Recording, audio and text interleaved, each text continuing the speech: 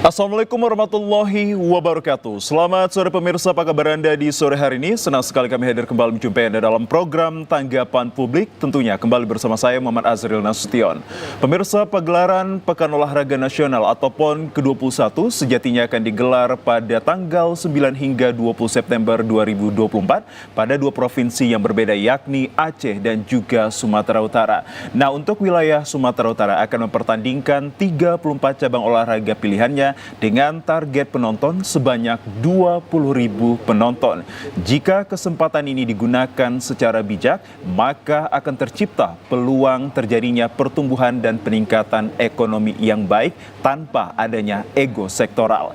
Lantas sejauh ini bagaimanakah dampak pertumbuhan dan peningkatan perekonomian di Sumatera Utara masuknya PON ke-2024 ini, dan seperti apa pengamat ekonomi untuk melihat sektor mana sajakah yang berpeluang untuk terciptanya pertumbuhan ekonomi yang baik. Bersama saya kita akan bahas kurang lebih 1 jam ke hadapan Anda dengan tema yang sangat menarik pada sore hari ini kami angkat, yakni perhelatan PON bagi pertumbuhan ekonomi Sumatera Utara. Dan untuk menjawab pertanyaan hingga diskusi menarik ini telah hadir bersama kami narasumber yang sangat kompeten dan ahli di bidangnya. Saya sapa ke hadapan Anda langsung kepada yang terhormat Dr. Wahyu Aryo Pratomo selaku pengamat ekonomi. Assalamualaikum, selamat sore Bang Wahyu. Waalaikumsalam, selamat sore Bang Azril, selamat sore pemirsa. Kabar baik ya Bang ya? Alhamdulillah baik. Alhamdulillah baik. Ya pemirsa, nantinya juga akan mempertanya informasi kita terkait tentang perhelatan PON bagi pertumbuhan ekonomi Sumatera Utara. Kita harapkan kehadiran dari Kadis Koperasi UMKM Sumatera Utara yang terhormat Dr. Naslindo Sirahid, yang sioganya keberadaannya kita tunggu untuk bisa mengoptimalkan diskusi yang sangat menarik ini. Baik, tanpa panjang lebar, saya akan langsung memulai diskusi menarik ini kepada pengamat ekonomi Dr. Wahyu Aryo Pratomo.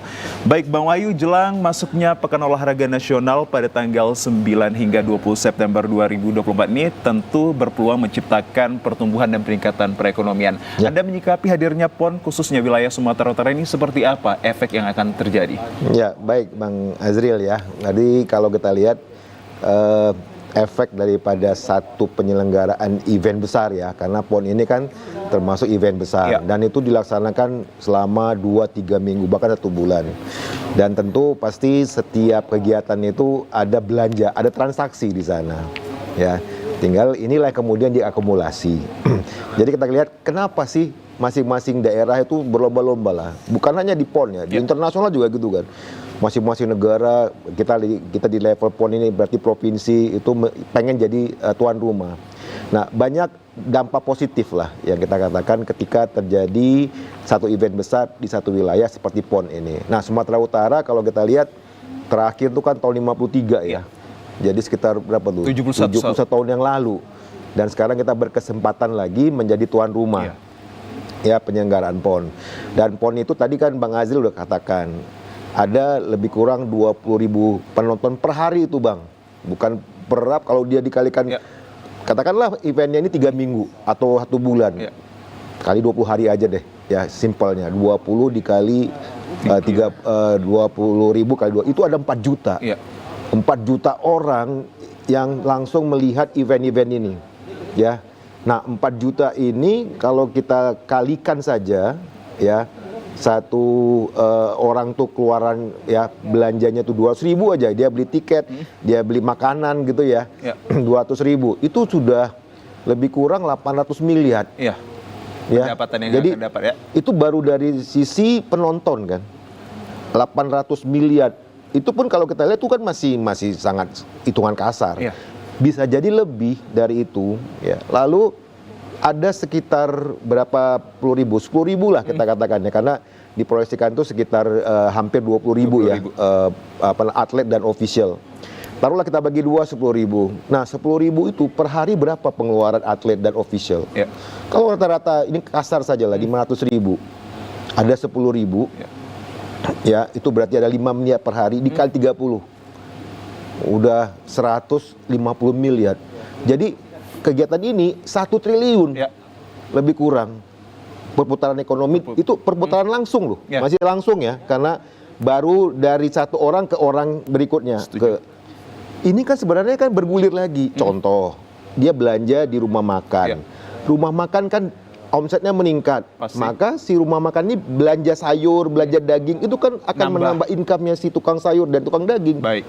Bertambah lagi, bergulir lagi, dan itu pasti ada multiplier. Mungkin bisa 2 kali lipatnya. Itu Multiplier yang maksud adalah efek yang sangat luas ya Bang? Iya, luas. Jadi dia berputar lagi. Jadi nggak hanya bergulir di satu transaksi, tapi transaksi ini kan juga punya transaksi ikutan gitu ya. Kata di rumah makan kan, si jual daging bertambah income-nya, si jual sayur juga bertambah income-nya, petani juga berarti juga akan bertambah. Nah, perputaran ini kan luar biasa ya. Bahkan kalau kita lihat mungkin perputarannya bisa 3 kali lipat. Setuju. Jadi dengan ada satu event, 1 bulan saja penyelenggaraan ini sudah punya kontribusi yang besar bagi ekonomi kita. Ya. Nah, Sumatera Utara itu kan PDRB-nya 1 tahun lebih kurang 1.000 triliun. 1.000 triliun. 1.000 triliun ya. Kalau tadi misalkan ada event ya 1 triliun dan ada multipliernya, kita katakanlah misalkan 5 kali, berarti ada 5 triliun. 5 triliun itu berarti 0,5%. Iya. Berarti pertumbuhan ekonomi Sumatera Utara dengan adanya event ini itu bisa bertambah 0,5%. Oke, dan secara general ataupun secara umum kita ketahui akan terjadinya per hari bukan untuk langsung akumulasi akhir ya Bang, begitu ya? Iya. Lantas sektor-sektor mana saja Bang yang siogianya ini memiliki kontribusi yang sangat dominan untuk menciptakan pertumbuhan cuan bagi Sumatera Utara ini? Ya, yang jelas pertama tuh akomodasi kan. Akomodasi. Jadi kan orang datang itu pas nyari hotel. Nah sekarang kan semua hotel penuh nih di Medan. Bahkan sampai rumah-rumah ya hotel bintang 1 Melati pun orang cari ini sekarang karena memang hotel-hotel berbintang itu sudah pada penuh, sudah pada di booking kan. Bahkan tamu-tamu luar pun yang untuk bisnis atau apa itu ya mereka terpaksa harus cari hotel yang bintang 5, bintang 4 yang harganya berlipat-lipat karena atlet ini kan dia mengisinya kan biasa karena dia lama ya paling dia masuk bintang 3, bintang 2 kan gitu ya. Nah, ini udah penuh semua nih. Ya, sudah katanya okupansinya tuh 90%. Ya. Nah, ini kan sudah pasti menambah income-nya hotel. Ya, income-nya hotel. Lalu kelas makanan. Jadi restoran. Restoran ini pasti punya dampak ya. Karena nggak mungkin kan nggak makan. Lalu kemudian apalagi cenderamata. Cenderamata. Ya kan udah pasti. Dan sampai sini mau beli di Ambon mau beli yang inilah gitu kan ya. Jadi apa yang khas di Medan, makanan-makanan nanti yang jadi oleh-oleh atau mungkin kerjaan-kerjaan tangan. Nah, ini pasti akan laku. Ya, maka kemudian ini akan bisa mendorong UMKM. UMKM kembali. Ya, jadi ini manfaatnya sebenarnya bukan hanya kelompok menengah, usaha menengah ya, kayak hotel itu kan usaha menengah dia udah. Tapi juga kayak rumah makan tadi, transportasi juga. Nah, ini juga akan kena ada dampaknya ke mereka. Baik yang dari udara ke darat juga. Udara, darat ya itu semua akan dapat. Oke. Dan lantas bagaimana pula Bang kalau kita mengkaitkan terhadap aktivitas pasar? Ya. Apakah pasar ini juga akan berimbas hadirnya PON ini dan siogianya ini sejauh mana proyeksi untuk bisa menciptakan pertumbuhan ekonomi? Kalau Anda katakan tadi dari petani hingga nanti penjual di pasar juga akan berimbas ini Bang kehadiran PON. Iya. Ya walaupun memang kita ngelihat kalau di pasar mungkin aktivitasnya karena ini merata ya. Ya mungkin tidak begitu nampak karena mungkin pergeserannya sedikit-sedikit, tapi kalau akumulasinya pasti ada ya secara akumulatif. Yang jelas tadi ketika ada transaksi di satu tahap saja, katakanlah dia belanja di rumah makan, maka ini akan menyebabkan permintaan untuk bahan-bahan makanan. Yang itu kan notabene disuplai ada di pasar transaksinya. Pasar nyari ke petani kan begitu ya, itu mata rantainya kan. Maka ini akan berubah ya. Transportasi juga ya kan, yang tadinya mungkin transportasinya tuh pasti atlet kan mau pindah nih. Ya mungkin ada busnya, tapi kan juga dia gunakan transportasi publik kan. Ya mau pakai transportasi online segala macam. Nah, itu kan juga pasti punya dampak. Kita lihat lalu lintas saja lah di Kota Medan, terutama di dekat area-area event. Itu kan sudah macet. Ya karena orang kan bukan hanya silih berganti ya. Iya. Penonton kan juga ada di sana. Nah, ketika ada event di situ, UMKM yang jual makanan, cenderamata kan juga kumpul di situ. Numpuk kan di sekitar arena. Nah, ini kan juga pasti akan menimbulkan transaksi dan pastilah mereka ada peningkatan omset semuanya itu. Nah, ini yang kita harapkan ya. Bahwa dengan adanya satu event olahraga besar ya di tingkat nasional ini mampu mendongkrak ekonomi Sumatera Utara. Oke, mendongkrak ekonomi Sumatera Utara. Kalau tadi saya sedikit berbincang dengan Bang Wahyu di belakang bahwa untuk Provinsi Aceh ini diprediksi akan terjadi 4-4,8% pertumbuhan ekonominya pasca jelang PON 2024 nanti. Kalau untuk Provinsi Sumatera Utara, prediksi Anda Bang, selaku pengamat ekonomi, bagaimana pertumbuhan maupun proyeksi terjadinya peningkatan ekonomi kita? Ada berapa persen nanti persentase? Ya, tahun lalu kan pertumbuhan ekonomi kita itu lebih kurang 4,95 ya, hampir 5% ya. Jadi taruhlah 5%, maka dengan adanya kegiatan ini bisa mendongkrak lagi atau mendorong lagi.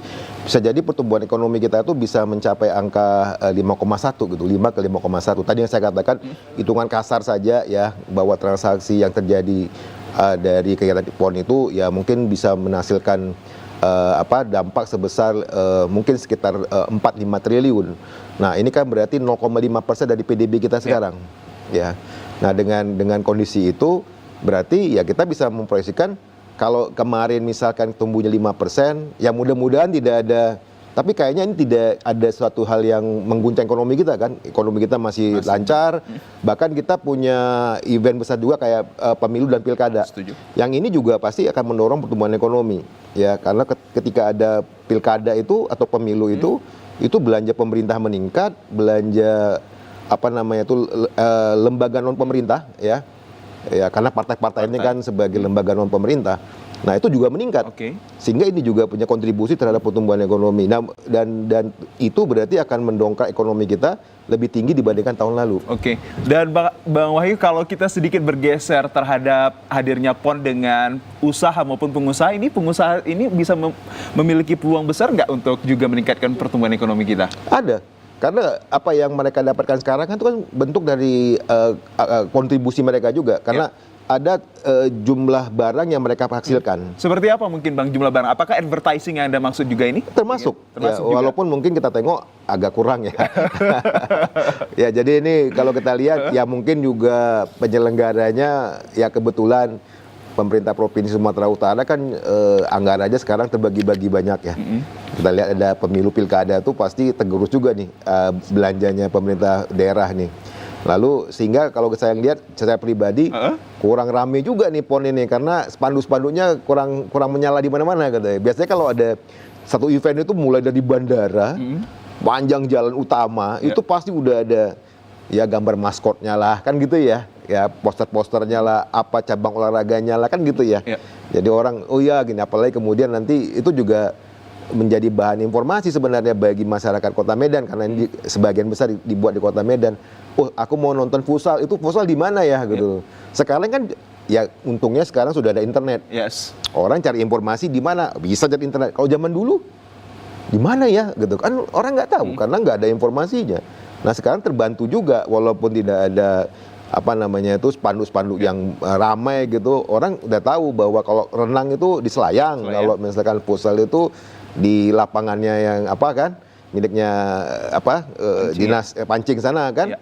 Nah, jadi orang sudah tahu eventnya tuh berada di mana ini. Nah, dan itu kemudian menggerakkan orang berpindah ke sana dan di sana pasti akan ada transaksi. Ya kalau saya nonton pasti kan saya beli minuman. Makanan, nggak mungkin saya cuman bawa badan aja kan, karena menunggu pertandingan tuh itu kan cukup lama. Mungkin kita iseng sambil nunggu pertandingan makan-makan dulu atau membeli sesuatu, lihat apalagi mungkin ada merchandise, ya kan, apakah baju, apakah shawl, gantungan, nah itu kan bentuk-bentuk produksi yang dihasilkan oleh UMKM kan. Lantas sejauh ini Bang, kalau kita ingin mengkaitkan terhadap hasil perharinya ini bagi UMKM ini Bang, makanan dan minuman yang siogianya ini sering akan dibelanjakan oleh masyarakat. Makanan dan minuman ini faktor yang bisa mempengaruhi hadirnya pertumbuhan ekonomi. Jenis makanan apa biasanya Bang kalau untuk Anda lihat secara ekonominya? Ya, yang paling disukain oleh orang lah Sumatera Utara itu ya mungkin kalau dalam satu event itu yang paling simpel itu kayak katakan ya kayak french fries segala macam gitu ya. Ya yang paling gampang ya kue-kue gitu ya. Nah, itu pasti akan sangat tinggi permintaannya ya. Jadi karena ini makanan jenis ini adalah produksinya adalah UMKM, maka ini pasti akan punya kontribusi ya. Karena kalau kita lihat ya mungkin untuk makanan-makanan yang dihasilkan oleh usaha besar atau usaha menengah juga ya mungkin ada, tapi saya rasa pasti akan lebih banyak yang makanan yang dihasilkan oleh UMKM. Kalau di Sumatera Utara Anda melihat untuk status perekonomian masyarakatnya menengah ke bawah atau menengah ke atas ini Bang Wahyu? Ya kalau event seperti ini biasanya di kelompok menengah ke atas lah. Ya kalau yang bawah juga mereka mungkin punya keterbatasan ya. Tapi kelompok menengah kita kan banyak ya, lebih dari 50% itu kan berada di kelompok menengah. Nah ini yang mungkin paling banyak menghabiskan uangnya untuk melihat penyelenggaraan PON ini. Oke. Ya. Dan artinya bisa mereka lah menjadi peluang bagi pertumbuhan ekonomi kita ya Bang di Sumatera Utara. Iya. Baik Bang Wahyu, tahan kembali dan pemirsa kami rehat sekejap dan kami akan hadirkan usai jeda pariwara berikut ini. Tetaplah bersama kami di Tanggapan Publik.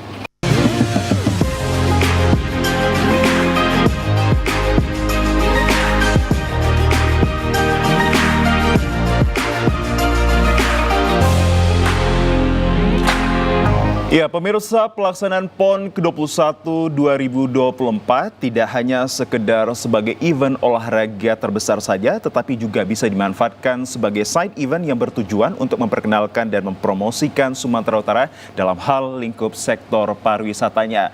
Baik pemirsa, dan tentunya terkait tentang sektor pariwisata juga sebagai jantung untuk melahirkan pertumbuhan perekonomian di suatu daerah. Saya kembali berbincang dengan pengamat ekonomi Dr. Wahyu Aryo Pratomo. Tadi Bang kita sudah banyak berbincang bahwa UMKM, hunian ataupun akomodasi ini sebagai penyumbang terjadinya pertumbuhan ekonomi. Kita bergeser sedikit menuju ke pariwisataan kita ini. Anda setuju tidak Bang pariwisata juga menjadi salah satu sektor yang handal akan terjadinya pertumbuhan ekonomi? Ya, pasti ya. Pariwisata itu merupakan salah satu daya tarik ya. Kita kalau ke satu tempat kan pasti yang kita tanya itu tempat wisatanya mana ya, gitu. Karena ada perbedaan ya kan. Apalagi Sumatera Utara ini kan sudah terkenal. Ya. Kita punya Danau Toba, kita punya Brastagi ya. Jadi itu merupakan destinasi wisata ya. Tambah lagi kayak di Langkat ada Bahorok gitu kan. Nah, atlet-atlet ini kan begitu nyampe di sini masa nggak disempatkan ya? Ah, gitulah. Artinya apa? Ini akan membuat para wisata kita pasti juga akan bergerak. Ditambah lagi ada sejumlah olahraga air ya. Itu kan dilaksanakan memang di kawasan Danau Toba. Setuju. Ya, dan terus terang kita juga sudah sangat baik ya dalam menyelenggarakan beberapa event internasional itu di daerah Danau Toba. Dan juga untuk jumlah hotel bintang 5-nya kan juga bintang 4 dan bintang 5 kan juga sekarang sudah semakin banyak ya. Di Bali G juga udah banyak hotel ya. Dan ini pasti punya daya tarik dan tentunya atlet-atlet yang berlomba itu kan pasti sudah mengisi ya hotel-hotel di sana. Maka kemudian akselerasi ekonomi juga akan terjadi. Ya. Nah kita beruntung sekali nih sebenarnya penyelenggaraannya ini agak lumayan merata ya. Jadi tidak hanya di Kota Medan. Mungkin itu juga lah kalau kita lihat mungkin tidak lalu lintas di sini walaupun macet tapi tidak begitu parah karena memang 9 kota kabupaten Bang ya. Iya 9 kota kabupaten ya. Jadi lebih merata ya. Bahkan di Liserdang juga banyak sekali kan cabang-cabang olahraga yang di sana. Nah ini tentunya memberikan kontribusi kan yang lebih merata lah ya. Jadi daerah-daerah kabupaten kota lainnya juga menikmati lah kita bilang menikmati adanya event PON ya. Jadi tidak hanya Kota Medan tapi UMKM yang ada di Bali G, UMKM yang ada di Prapat, ya UMKM yang ada di Liserdang ini kan juga menikmati. Ya, jadi mereka menikmati peningkatan omset, setuju, peningkatan pendapatan, yang ini sangat bagus untuk pemerataan. Ya. Ya. Dan itu juga bisa untuk sebagai perputaran roda uang kembali ya Bang. Betul. Baik, kalau Anda melihat Bang sejauh ini pemerataan akan hadirnya pertumbuhan ekonomi di setiap daerah yang bisa dikatakan dekat dengan PON ini, apakah sejauh ini sudah dimiliki pemerintah konsep yang baik untuk pemerataan ini? Anda melihat, to be honest? Ya, jadi memang kita kan terus terang kalau dilihat bahwa pemerataan katakanlah venue-nya ya, tempatnya ya, sarananya itu kan ya masih terpusat di Medan dan Deli Serdang ya kecuali tadi yang kita katakan tadi Bali G dan Prapat itu olahraga air karena memang di sana airnya ada gitu ya. Jadi bisalah diselenggarakan di sana. Nah, jadi tentunya ini punya dampak lah ya. Jadi pembangunan venue misalkan, itu kan sport center kita di Deli Serdang tuh. Ini pasti akan menggerakkan ekonomi Deli Serdang, ya kan? Kita tahu dulu waktu pembangunan bandara aja itu mendongkrak pertumbuhan ekonomi Deli Serdang itu sampai 9%. Ya, jadi ini kita lihat bahwa tahun depan dengan siapnya venue ini nanti, ini juga akan punya kontribusi besar bagi ekonomi Deli Serdang. Ya, karena venue itu kan investasinya besar. Berarti artinya akan terjadi ekonomi berkelanjutan, begitu ya Bang? Iya, jadi dia ada multipliernya, kemudian pemerataan. Baik. Jadi tidak hanya disumbang oleh Kota Medan sebagai pusat perekonomian, tapi juga Kabupaten Deli Serdang. Ini karena juga di sana banyak venue dan juga banyak event. Nah, itu juga pasti punya dampak ya terhadap ekonomi Deli Serdang. Baik, Bang Wahyu. Untuk mempertajam informasi kita, baik pemirsa, kita undang secara bersama Kadis Koperasi UMKM Sumatera Utara, Dr. Naslindo Sirait. Selamat sore, Pak Naslindo.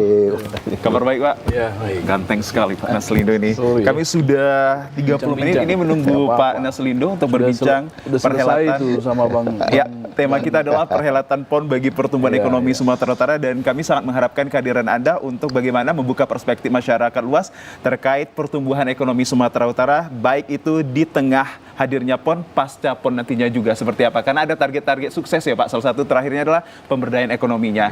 Baik, sejauh ini Pak Naslindo, saya langsung mengkomunikasikan ini kepada Bapak. Kita mengetahui bahwa 9 hingga 20 September 2024 PON ini akan berlangsung di wilayah Provinsi Sumatera Utara. Kesiapan pemerintah untuk bisa menciptakan peluang perekonomian yang baik dan juga merata bagi setiap daerah kabupatennya ini seperti apa ini Pak Naslindo?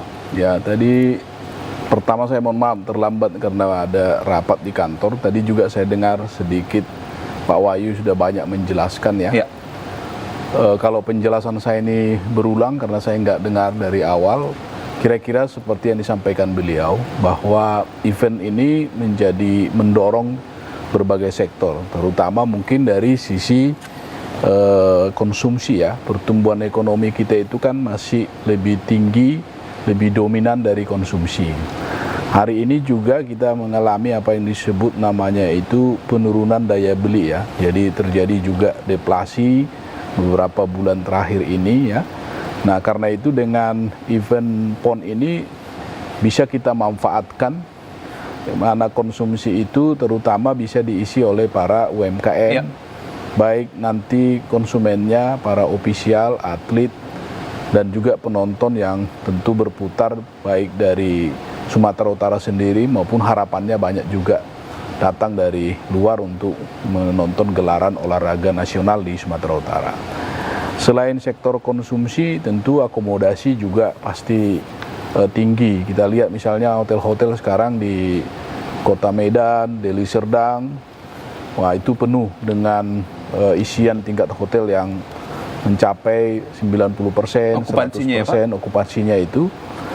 Juga transportasi misalnya. Jadi mereka harus kita jemput, kita fasilitasi dalam pertandingan. Panitia menyiapkan itu. Bus tadi Pak Gubernur juga baru kita cek kesiapan dari transportasinya. Tadi saya dengar beliau juga udah bicara dari sisi konstruksi misalnya, itu yang lebih besar lagi. Jadi dari konstruksi itu mulai dari bahan-bahannya sampai misalnya jasa tukang, dan tentu banyak lagi multiplier efek yang bisa dihasilkan. Jadi secara umum ini sudah pasti akan mendorong pertumbuhan ekonomi kita. Nanti kita akan hitung di bulan September, di Oktober nanti pasti akan terjadi pertumbuhan ekonomi yang signifikan, walaupun dari proses pembangunannya ini juga sudah mulai. Finalisasi untuk penghitungannya di September atau Oktober ya Pak? Nanti kita akan lihat di 1 Oktober ya untuk semester kedua atau mungkin di triwulan ketiga, triwulan ketiga ya. Nah itu. Lalu pasca ke depan tentu kita harus lebih kreatif ya, karena itu kan permanen ya. Bangunan-bangunan kita itu kan bukan dibangun knockdown yang seperti misalnya perhelatan Piala Dunia kemarin, stadionnya itu sudah selesai dibongkar gitu. Nah sekarang bagaimana itu kita sedang merancang juga, pemerintah Provinsi Sumatera Utara punya BLUT, Badan Layanan Umum Daerah, yang nanti akan pertama pasti untuk memelihara gedung itu. Jadi pasti ada biaya pemeliharaannya. Itu pasti masuk dalam belanja pemerintah. Jadi di pertumbuhan ekonomi pasti juga akan masuk dihitung. Yang kedua, tentu BLUT ini diharapkan juga bisa menciptakan berbagai event-event penting. baik gelaran olahraga dengan kerjasama dengan KONI, kerjasama dengan cabang-cabang olahraga di Sumatera Utara, juga mungkin bisa dengan gelaran-gelaran para wisata, meeting dan yang lain sebagainya yang bisa kita manfaatkan. Karena itu saya kemarin lihat ke sana, Pak Gubernur, 1 September kita di sana untuk acara soft launchingnya lah ya. Itu sangat luas dan banyak fasilitas-fasilitas.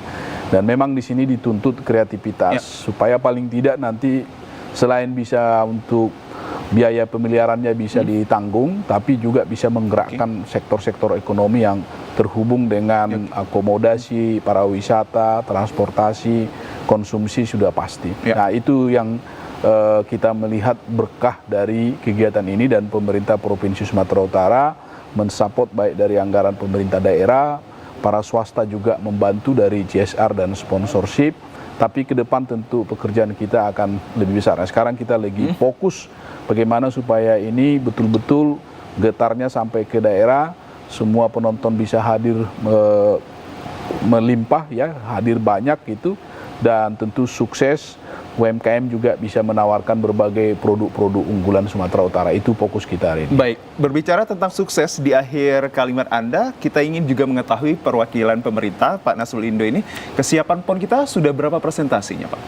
Ya, memang kalau ini kan banyak ya. Kalau dari sisi fisiknya memang masih banyak yang harus dibenahi, terutama untuk acara penutupan, karena nanti penutupannya di kita. Tapi untuk berbagai venue yang lain itu sudah ada yang selesai 100%, yang lain-lain memang ada juga yang harus dikebut. Nah sekarang gelarannya sudah sedang dimulai. Nah kalau dari sisi-sisi yang lain, bidang-bidang di PON itu misalnya dari sisi transportasi, keamanan, nah seperti kami sendiri dari Dinas Koperasi UMKM mempersiapkan UMKM di setiap venue itu juga sudah siap. Kita sudah kurasi hampir 500 UMKM dan produk. Ini kita sedang placement untuk penempatan mereka di setiap venue-venue. Jadi secara keseluruhan kita siap, bahwa tidak ada yang sempurna sudah pasti, tapi kita optimis bisa melayani baik ofisial, atlet, termasuk juga orang-orang yang terlibat supaya ini bisa tertib. Kita berharap tidak ada gangguan sedikit pun, karena ini soal martabat kita juga, muka kita Sumatera Utara, bahwa kita siap menyelenggarakan event-event yang berskala nasional. Pasca hadir 1953 kemarin ya Pak? Iya, betul. Baik Pak Naslindo, dan juga tadi kita mengutip bahwa nantinya ini ada istilah sukses pemberdayaan venue, yang artinya akan juga terjadi ekonomi berkelanjutan di sana. Kita ingin mengetahui Pak, sejauh ini kegiatan apa saja mungkin yang mensupport hadirnya UMKM, dan jenis UMKM mana saja nanti yang akan diberdayakan, melibatkan masyarakat dari kelompok mana saja ini nanti Pak Naslindo? Yang pasti untuk memenuhi kebutuhan atlet, ofisial, dan penonton selama pelaksanaan PON. Mulai dari kuliner, ya, makanan, minuman olahan, ada juga merchandise, ada juga wastra, pakaian-pakaian, dan oleh-oleh tentunya yang disiapkan. Jadi kita menyiapkannya itu di venue-venue. Kita juga siapkan di bandara, tadi Pak Gubernur sudah meresmikan pojok Dekranasda, sehingga kalaupun misalnya nanti pengunjung atau ofisial dan timnya mau pulang, tidak sempat belanja di berbagai galeri yang dimiliki oleh UMKM kita, termasuk galeri Sumut Creative Center yang kami punya, mereka paling tidak bisa di bandara sudah ada. Bisa sebutkan jenis UMKM-nya Pak yang bisa menjadi daya tarik masyarakat kita? UMKM yang bergerak di sektor kuliner, di sektor wastra, di sektor merchandise, dan termasuk juga handicraft, makanan-makanan olahan dan minuman, itu sudah kita kurasi ada sekitar 500 UMKM. Baik Pak, nah ini kiranya ini untuk menjangkau banyaknya masyarakat, kalau saya dapat informasi akan hadirnya, ini menjadi asumsi maupun prediksi kita adalah 20.000 penonton nantinya, begitu Pak. Tapi tadi sedikit berbincang dengan pengamat ekonomi Bang Wahyu ini, bahwa diseminasi informasi akan hadirnya PON ini kayaknya sepertinya kurang, begitu ya Bang Wahyu ya. Kalau Anda melihat, apakah memang nyata ini Pak, kurang masih untuk diseminasi informasi kita agar nyampe ke masyarakat? Mungkin kita sudah maksimal ya, kita sudah menggunakan media sosial, influencer juga sudah kita gunakan, berbagai baliho juga sudah ada di jalan raya, di tempat-tempat terbuka, ya, poster-poster di hotel-hotel sudah. Cuma kan sekarang ini memang kalau cara mengukurnya sekarang kan banyak informasi ya, per detik informasi itu. Kita takut juga PON ini ditutupi juga dengan isu-isu yang lain. Saya nggak usah sebutkan isu apa yang sedang berkembang sekarang. Atau Pak Naslindo ada sedikit anggaran yang telah terpakai pasca pilkada itu, maka kita kekurangan diseminasi untuk PON. Oh tidak, Oh, ya, tidak. Pak Gubernur kan sampai sekarang kemarin minggu terakhir itu masih roadshow ke beberapa kabupaten kota, itu juga bagian dari situ. Jadi selain tadi sarana prasarana publikasi melalui media sosial, influencer termasuk iklan di media cetak, nah kami juga berharap TPRI kita semua menggunakan logo PON, membuat atribut-atribut PON ini, beberapa juga agenda-agenda yang sudah kita lakukan sejak awal tahun sebenarnya untuk memperkenalkan roadshow to PON ya, road to PON ya, road to PON itu banyak. Dengan milenial kita sudah pernah kumpul, dengan masyarakat umum melakukan 10K ya, kita maraton berapa ya, kemarin ada maraton lah di sekitaran sini ya, kita lakukan itu bagian dari situ. Dan Pak Gubernur juga melakukan promosi-promosi roadshow ke beberapa daerah aja. Cuma kan cara mengukurnya hari ini memang apa yang ditangkap masyarakat. Karena informasi hari ini kan banyak sekali. Paling tidak 2 bulan terakhir ini kan, 1 bulan terakhir ini kan informasi sungguh sangat cepat. Bisa saja apa yang sudah kami lakukan tertutup dengan informasi-informasi yang lagi hot, yang lagi nasional, yang lagi viral hari-hari ini. Tapi kami terus lakukan itu. Baik, terima kasih Pak Naslindo, di informasinya sangat menarik. Nanti kita akan berbincangkan. Kalau tadi Pak Naslindo mengatakan bahwa belakangan ini penurunan daya beli masyarakat Sumatera Utara ini tampak, apakah nanti hadirnya PON ini maka tercipta pula daya beli masyarakat yang meningkat? Kita akan utarakan nanti kepada pengamat ekonomi. Tetaplah bersama kami.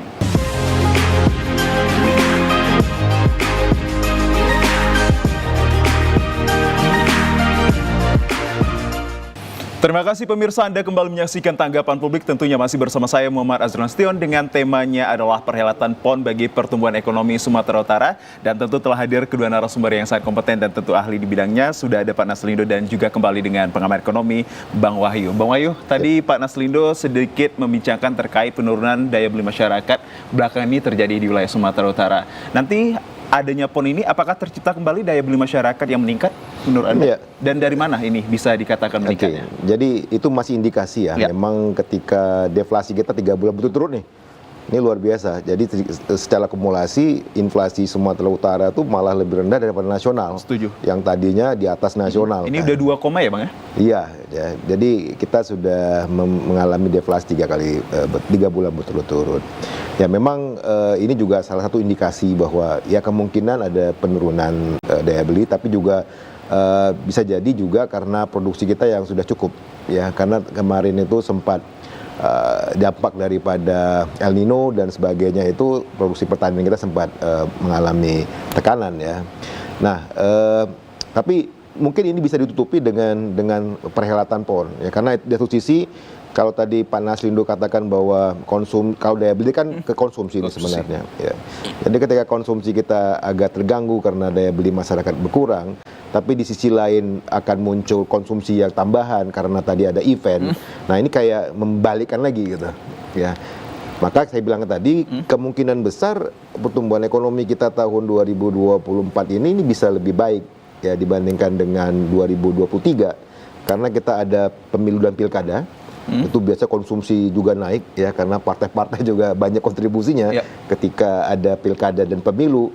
Kemudian ada event ini ya ini kan kayak orang luar pun berkonsumsi di sini kan, atlet berkonsumsi di sini, tambah lagi nanti penonton-penonton dari luar juga mau belanja di sini, dan ini kemudian menutupi, sehingga ini akan mendorong peningkatan konsumsi ya. Dan juga tadi misalkan bangun venue itu kan diinvestasi sebenarnya hitungannya, konstruksi ya, itu diinvestasi, sehingga investasi kita pun untuk bangunan ini juga meningkat, dan tentunya ini akan bisa mendorong pertumbuhan ekonomi Sumatera Utara lebih baik lagi di tahun 2024 ini. Oke, dan sejauh ini juga bila kita kaitkan untuk terhadap pertumbuhan ekonomi, akan dampaknya adalah tercipta peluang usaha dan juga peluang kerja. Anda memetakan hadirnya PON ini bisa tidak yang benar-benar menunjukkan akan terciptanya kembali peluang usaha dan juga peluang kerja baru, Bang? Iya, pasti kan. Jadi pada saat ada event ini, pengangguran di kita akan menurun. Nah, sekarang yang menjadi PR kita berikutnya adalah jangan dia ketika ini ada peningkatan permintaan barang dia bekerja, kemudian ketika ponnya selesai dia nggak bekerja lagi. Ya, nah ini yang perlu kita pikirkan juga ya. Bagaimana juga dampak daripada peningkatan penciptaan lapangan pekerjaan ketika ada satu event ini, event-event lanjutannya juga bisa berlangsung. Ya tadi Pak Naslu bilang kita udah punya stadion ya yang lebih bagus sekarang. Maka event-event olahraga kita harapkan ini bisa mengisi konser. Ini sekarang Pak Nasindo kan yang lagi tren ini kan konser. Macam mana kita bisa kerjasama dengan artis-artis nih supaya bikin konsernya tuh di Medan. Ya, Singapura aja bisa mengkup kan, Coldplay bisa sampai berapa hari, Taylor Swift ya. Taylor Swift bisa seminggu, negara lain nggak bisa. Nah, kita coba meniru hal yang sama gitu loh, sehingga ada satu konser khusus gitu di Medan, di Sumatera Utara, yang menyebabkan orang lain datang ke Sumatera Utara. Karena ketika orang luar datang ke Sumatera Utara itu berbeda. Kalau yang nonton adalah kita. Kalau kita yang nonton ya sudah, habis acara konser kita pulang. Tapi kalau orang luar yang datang, dia pasti masa nonton konser aja, ya hunian. Dia masa nonton konser aja, atau nginep di hotel saja. Dia akan keliling Medan, keliling Sumatera Utara. Nah yang kita perlukan sekarang adalah mengundang wisatawan mancanegara dan Nusantara datang ke Sumatera Utara. Maka ya kita berharap ya, ini pembangunan jalan tol ini terus jalan. Ya. Kita berharap ya ini selesailah, kalau bisa lewatlah dari Siantar, karena sekarang juga kalau Siantar dibuka itu kan buat penek ya Bang ya, kalau bisa lewatlah supaya ini langsung orang bisa ke Prapat dan mobilitas masyarakat baik orang Sumatera Utara maupun nanti kita harapkan dari wisatawan ini bisa lebih baik lagi, lebih lancar sampai ke Prapat, sampai ke Brastagi atau sekeliling Prapat. Maka ini kan bisa mendongkrak ya, jadi kita berharap gini, kalau konstruksi jalan tol ini udah selesai, maka kemudian wisata di Sumatera Utara itu bukan wisata weekend dan libur besar. Selama ini kan masih segitu. Ramenya kalau libur panjang atau weekend. Kita belum bisa kayak Bali kan. Harian, Yogyakarta harian. Nah kalau misalkan ini udah bisa, saya yakin ya cuma 2 jam ke Prapat. Ya, mungkin orang Medan pun kita tidur dulu aja di Prapat besok gitu. Apakah ini menjadi tantangan besar bagi Provinsi Sumatera Utara untuk bisa bagaimana meniru keberadaan turis yang seperti di Bali? Ya udah pasti. Kan? Apa yang mungkin menjadi titik kelemahan dari pemerintah kita ini, Bang? Ya bukan hanya pemerintah, ya karena kerjaan untuk membangun ekonomi itu bukan pemerintah. Pemerintah ini sebenarnya hanya mendorong. Ya, kita perlu masyarakat juga ikut partisipasi. Contoh, wisata itu kan orang perlu kenyamanan. Nah, macam mana di daerah wisata ini mereka juga bisa memberikan kenyamanan bagi wisatawan. Berarti sadar wisata kan. Sadar wisata itu berarti melayani, dia membuat orang betah di sana, ya tidak ada kriminalitas kayak gitu ya. Maka ini kan bisa membuat orang betah, nyaman.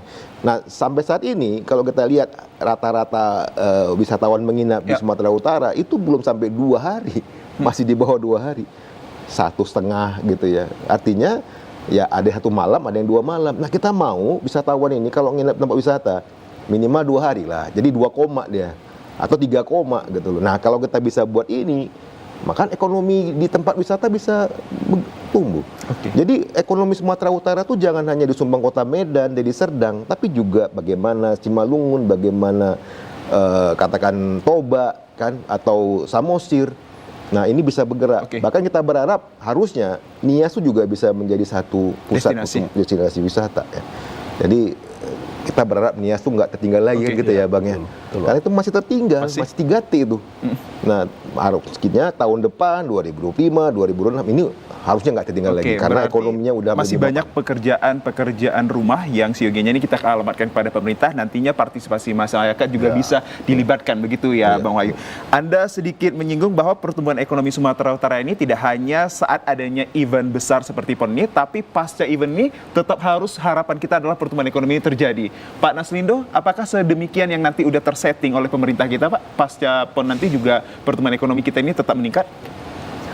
Secara fundamental memang kita terus memperkuat fondasi perekonomian kita. Jadi ekonomi kita itu kita harapkan bisa tumbuh karena katakanlah bukan lagi sektor konsumsi, tapi sudah kepada investasi dan juga ekspor. Tapi untuk bisa itu kan tidak mudah, banyak hal yang harus kita siapkan. Kalau dari sisi lapangan usaha, kita berharap juga bukan lagi hanya soal komoditas pertanian, tapi yang kita tumbuhkan itu adalah industri pengolahan misalnya. Itu secara fundamental itulah yang terus-menerus kita kerjakan melalui program, melalui berbagai sektor yang ada di dinas-dinas, baik provinsi maupun kabupaten kota. Tapi itu tidak mudah untuk melakukan transformasi ekonomi, itu perlu waktu. Nah, karena itu memang apa yang disampaikan oleh tadi Pak Wahyu dari akademisi ya, memang kita harus membuat yang cepatnya itu apa ya, event-event itu. Jadi sektor pariwisata ini kan paling cepat sebenarnya untuk meningkatkan pertumbuhan ekonomi. Dengan menghadirkan wisatawan ya? Betul, itu yang paling gampang. Kita tinggal buat temanya, acaranya apa, lalu di posting gitu ya, supaya semua orang tahu, tapi menarik. Lalu disiapkan tadi transportasi jalannya jangan terlalu lama, dalam waktu 2 jam sudah tercapai. Keramah tamahan, seni, kreativitas pemuda dikembangkan semua di situ. Cenderamata daerah asal. Cenderamata, UMKM, semuanya ya. Sistem pembayarannya, informasi-informasi yang lebih jelas bagi turis, itu yang paling mudah. Dan itu yang dilakukan oleh bangsa-bangsa yang lain juga untuk mempercepat pertumbuhan ekonomi mereka. Karena kalau kita bicara tadi fundamental tadi, itu nggak mudah, banyak hal. Kita juga dipengaruhi oleh banyak faktor untuk menciptakan. Nah, tapi kalau kita buat event kan nggak terlalu sulit. Nah, pasca PON ini, kita berharap area yang 300 hektar itu bisa diisi dengan berbagai gelaran olahraga atau sport, seni, konser, kesehatan, dan berbagai bajar-bajar yang lainnya. Kalau misalnya katakan setiap bulan ada event atau 6 saja event-event besar ya, sekali 2 bulan misalnya kita buat, itu kan sudah membuat bergeliat ekonomi. Event nasional atau masih lokal? Ya harus nasional, bahkan internasional. Ya, kita kelasnya kalau udah stadium begitu kan menurut saya memang harus internasional ya. Nah, dan jangan hanya di Medan, saya setuju itu. Bagaimana Samosir juga membuat berbagai event ya, begitu juga dengan Nias, dan begitu juga misalnya tempat-tempat wisata yang ada di sekitar Danau Toba dan yang lain-lain juga yang punya potensi untuk itu bisa. Dan kita sebenarnya itu tidak terlalu memerlukan biaya yang tinggi, hanya perlu dikemas dengan baik, ada IO-nya yang betul-betul mempersiapkan acara itu, jadi itu promosinya bagus, orang mendengar sehingga orang bisa datang. Itu yang paling cepat, saya setuju itu. Tapi fundamental tadi, infrastruktur, regulasi, tanah yang kepastian hukum, tanah yang murah ya, yang tidak ada konflik soal pertanahan, SDM, teknologi, ya itu jangka panjang. Tapi jangka pendeknya bagaimana kita bisa membuat banyak event-event di Sumatera Utara. Oke, dan Anda mengatakan berulang kali bahwa kita harus melihat kembali ke fundamental itu. Sejauh ini pemerintah Provinsi Sumatera untuk menghadirkan katakanlah kepastian akan fundamental itu Pak, untuk bisa menciptakan pertumbuhan ekonomi, sudah sejauh mana juga proyeksinya? Ya, kita sudah susun itu dalam RPJP maupun RPJM. Ada target-target, tapi jangka kan tidak bisa juga langsung kita membuat perencanaannya yang yang terlalu optimis ya, tapi yang moderat. Karena kita juga harus melihat yang ya paling tidak 10 atau 5 tahun terakhir kira-kira bagaimana. Tapi arah kita sudah jelas, bagaimana kita mengembangkan hilirisasi di sektor-sektor pertanian tadi itu sehingga nilai tambahnya meningkat misalnya. Lalu infrastruktur kita juga masih bisa terus ditingkatkan, baik jalan nasional, jalan provinsi, jalan kabupaten yang sekaligus juga nanti membuka akses-akses.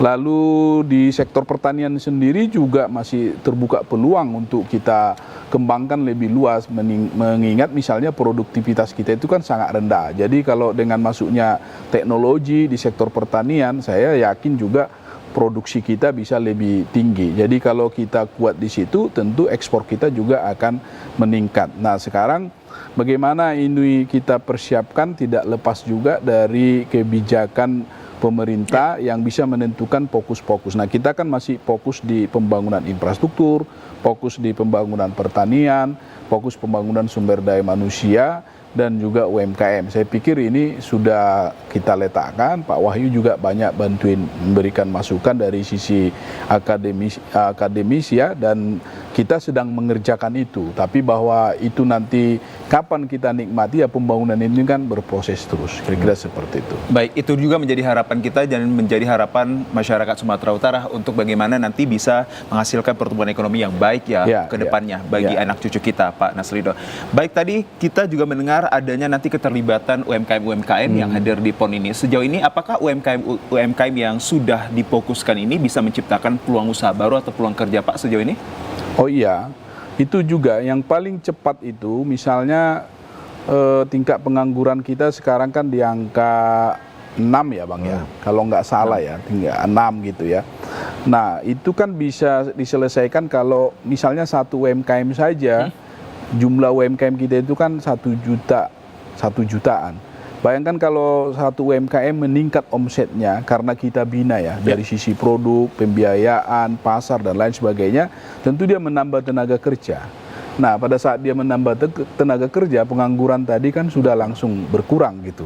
Satu saja pengangguran kita itu kalau nggak salah nggak sampai 500 ribu, paling sekitar 100 ribuan ya. Ya 200 ribuan ya. 200 ribuan. Bayangkan kalau satu UMKM aja misalnya bisa menambah satu, bahkan kita kekurangan tenaga sebenarnya. Nah karena itu SDM yang disiapkan itu yang harus memiliki keterampilan, memiliki kreativitas, vokasional gitu. Kita tidak lagi mengharapkan SDM yang berteori gitu, tapi mereka mampu menggunakan IT, mereka bisa konten kreator, mereka bisa digital marketing, mereka bisa membuat produk-produk yang kreatif, yang menarik, ya desain grafis misalnya dan lain sebagainya, diarahkan ke situ sebenarnya. Jadi tidak lagi misalnya sarjana yang sangat umum setelah tamat modal ijazah, ya ini kan nggak laku hari ini gitu. Halnya dengan modal ijazah kan nggak laku, tapi dia harus punya skill, dia punya keterampilan. Saya yakin dia bisa menciptakan, jangan menjadi pekerja, tapi dia bisa menjadi entrepreneur baru, ya kan, sehingga dia tidak lagi dianggap menganggur. Jadi selain menambah kesempatan kerja, tapi juga membuka peluang-peluang usaha yang baru. Itulah yang akan meningkatkan perekonomian kita. Oke, dan pastinya pemerintah selalu untuk memberikan wadah dan fasilitas akan pasti kita bina, Pak Naslindo. Baik Pak Naslindo, tanpa terasa juga kita sudah berada di ujung segmen dan coba saya kembali ke Bang Wahyu ini bahwa bagaimana sebenarnya memproyeksikan pertumbuhan ekonomi Sumatera Utara. Kalau kita tadi sedikit menggeser, UMKM ini bisa salah satu penopang nanti terjadinya pertumbuhan ekonomi. Tapi saya harapkan UMKM yang dilahirkan ini menciptakan peluang usaha dan juga peluang kerja tidak hanya sementara, tapi permanen bagi masyarakatnya. Anda seperti apa menyikapinya sebagai penutup closing kita? Ya, jadi kita berharap bahwa kalau sekarang mungkin kan dia membantu ya sifatnya karena ada satu permintaan, jadi UMKM-nya itu mencari tenaga bantuan ya. Nah kita berharap ketika ada tenaga baru yang membantu usaha ini, dia udah punya keterampilan kan. Setelah ini selesai, mungkin dia sudah diputus oleh majikannya, tapi dia udah punya keterampilan, dia mampu untuk membuat usahanya sendiri. Nah itulah mahal ya. Tadi Bang Naslindo bilang ya nggak hanya perlu ijazah itu nggak menjadi satu patokan dia dapat pekerjaan, tapi keterampilan yang dia miliki, ya kreativitas. Karena pasti waktu dia kerja pun dia diminta sama majikannya tuh apa nih yang mau kita buat lagi. Nah itu mahal harganya. Ya, makanya kami pun di kampus ada MBKM. Mahasiswa tuh jangan hanya belajar di kampus. Ini dikeluarin nih ke lapangan ya, supaya dia bisa belajar.